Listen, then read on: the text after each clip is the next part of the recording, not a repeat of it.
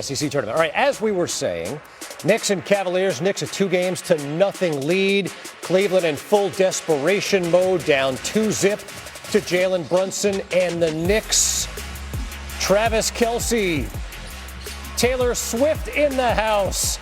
That was about the extent of the Cleveland motivation in this one. Look at Mikal Bridges all the way. He was 11 of 15 from the field in this one. Knicks fans traveled well. They took a 9-1 lead on Cleveland. More in the first quarter. Karl Anthony Towns, a harbinger of things to come. Cleveland's defense was atrocious. Midway through the second quarter, James Harden to the paint. Spin cycle. Harden had 19. Kelce fired up. Cleveland within 2. And then a couple possessions later, Harden all the way down Broadway to tie it at 48. Offense wasn't the problem for the Cavs. It was defense. Look at Jalen Brunson right to the cup. Brunson had 38 in game 1. He had 14 assists in game 2. In game 3, he did a little bit of everything, getting to his spot, knocking it down. Knicks in front at the break, 8-1 in the postseason when leading at halftime. Cleveland 3-6 when trailing at the half. Knicks led it by 6 at the intermission. Third quarter, more from New York. In transition, OG Anunoby to Bridges, one of 27 assists for the Knicks in this game. Midway through the third, Anunoby, what a weapon he is. You figure you got to account for Brunson and Towns. Anunoby does it all, and then Brunson to the cup.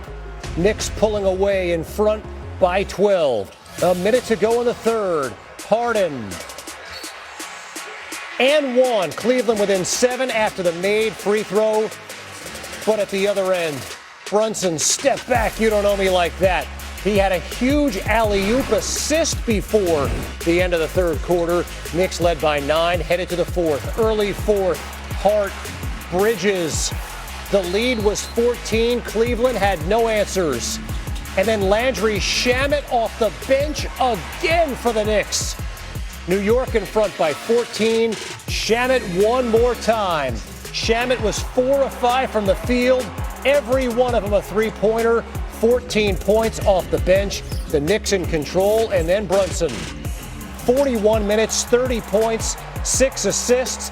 It won't be talked about, but the Knicks made their free throws, 24 of 27. And this one is all over but the crying. 121. 108. The Knicks, in what was a must-win game for the Cavaliers, come away with the victory. And Stephen A. Smith. Stephen A., after game 2 on Thursday, you used the words alarming and flabbergasted right here on SportsCenter to describe the Cavs' defense. What words would you use for their performance tonight? Pathetic. Very, very pathetic. Gave up 37 points in the first quarter. Didn't come out with any degree of urgency whatsoever. I wouldn't be surprised if we did an investigation and we discovered that half the team had already made vacation reservations. I mean, it just looked that way. They were devoid of any kind of urgency whatsoever. And the New York Knicks are just playing together. I understand that they're flowing. I understand that they can serve to demoralize you. There's no way around that. But the flip side to it is you're on your home turf, and there's an incredible level of urgency that comes attached to it. And the New York Knicks just gave it to them. Brunson had his 30. Of course, Anunoby had his 21. Can't say enough about Mikal Bridges and the way that he's been playing as of late in these playoffs. He is just in his bag. He is flowing. And Landry Shamet coming off the bench and dropping 11 points in the fourth quarter. All of those things can contribute to a victory. But what possible explanation could you have if you watch some of the plays that took place as the game waned, when you saw the absence of urgency in terms of their defensive effort? It was absolutely non-existent whatsoever. They gave up. They caved. And as a result, just bring out the broomsticks. I think you saw Charles Barkley on Inside the NBA and stuff like that in the immediate aftermath while the rest of the crew was on the set. He was sweeping the floors of the studio because he's bringing the brooms. He's bringing the brooms because in Cleveland, it's a mess. it is indeed that, Stephen A. You know, we talked last night following the Oklahoma City win about the play of Jared McCain, and you mentioned Landry Shamet. He was that tonight for a Knicks team. How would you characterize the overall depth of this Knicks squad? Well, you know what? You didn't realize how good it was. You had expectations at the beginning of the season, and then obviously Mike Brown wasn't utilizing his bench to the manner that you thought that he would. And then you had some question marks about them, and then you saw Mikal Bridges nosedive. You had some serious questions about him, but give credit where credit is due. If I was loud and making noise when Mikal Bridges was struggling, I'm damn sure going to be just as loud in praising him. He was fantastic in this game, hitting all but 3 of his shots, giving you over 20, giving you stout defense along the way, letting you know you couldn't leave him open. And then Landry Shamet has been a godsend. He has come off the bench and has just been drilling shots from long range all over the place. That has opened things up for a guy like Jalen Brunson to operate. It's opened things up for Karl Anthony Towns to be the facilitator that he is. And because it's pulling people away from the basket, it's even giving the likes of Karl Anthony Towns and Mitchell Robinson and OG Anunoby room to operate on the interior, which again can serve to demoralize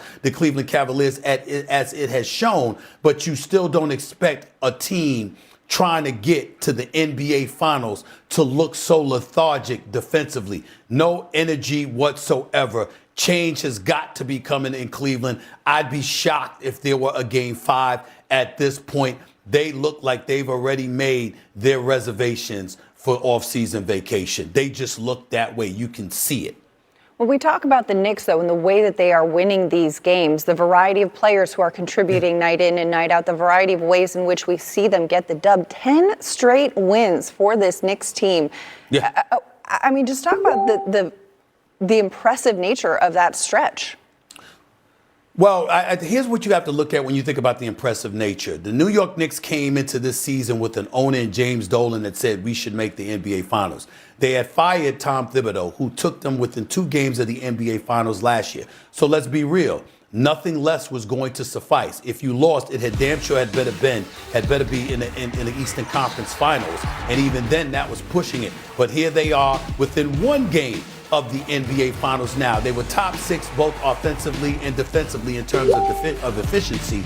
But then when you take into account the playoffs, you go down 2-1 after 2 consecutive 1-point losses to Atlanta. And what do you do thereafter? Not only do you win 3 straight, but you're up by 47 in the first half of the closeout game in Atlanta. You go up against Philly, who has a 3-1 deficit. They overcome it against Boston, knocking off the Boston Celtics. And it's supposed to be a legitimate series. You sweep them, not just beat them. You sweep them, and you blow them out their own building in a closeout game. And now here you are having won a 3rd straight game against a Cleveland Cavaliers team, albeit back-to-back 7-game series against Orlando and Detroit, obviously. But in the end, what it comes down to is that the Knicks are a superior team because they are a team, not a compilation of individuals with a point guard in James Harden who can't seem to play beyond the pick and roll, with a guy in Donovan Mitchell who seems completely exasperated and exhausted and overwhelmed,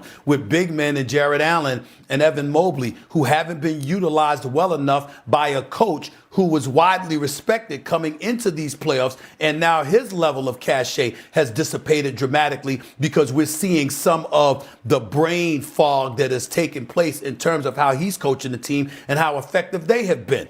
These are the kind of things that can happen when you're going up against a real team who can defend, who's hungry, who's talented, and could put the ball in the hole. These are the New York Knicks that we're talking about. They're the superior team, and they've made it very, very clear that when it comes to the Eastern Conference, they're about to go to the NBA Finals. This series is over. And they're a team, Stephen A., that hasn't lost a game since Karl Anthony Towns made a cameo in The Devil Wears Prada 2. So shout out to Anne Hathaway and that good luck she's bringing this squad. Stephen A., thanks so much for the insight. No problem. New on SportsCenter now, let's head back to the podium as Mike Brown addresses the media after the win.